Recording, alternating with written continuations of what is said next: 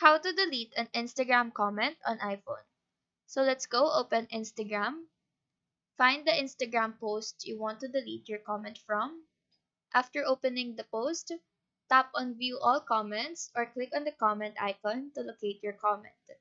Swipe left on your comment and a trash icon will show here. Your comment will then be deleted after clicking on the trash icon. Now, if you want to delete someone else's comment from your own post, go to your Profile tab, click on the post, proceed to View All Comments, and just like what we did a while ago, swipe left on the comment, and an option to delete this comment will appear. If you want to delete a lot of comments at once, click on the three dots on the top right corner, click on Manage Comments, and in here, you can now select comments you want to delete. Click on Delete here on the options below, and the comments will then be deleted. So that is how to delete Instagram comment on iPhone.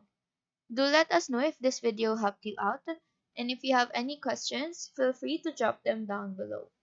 Thank you for watching and have a nice day.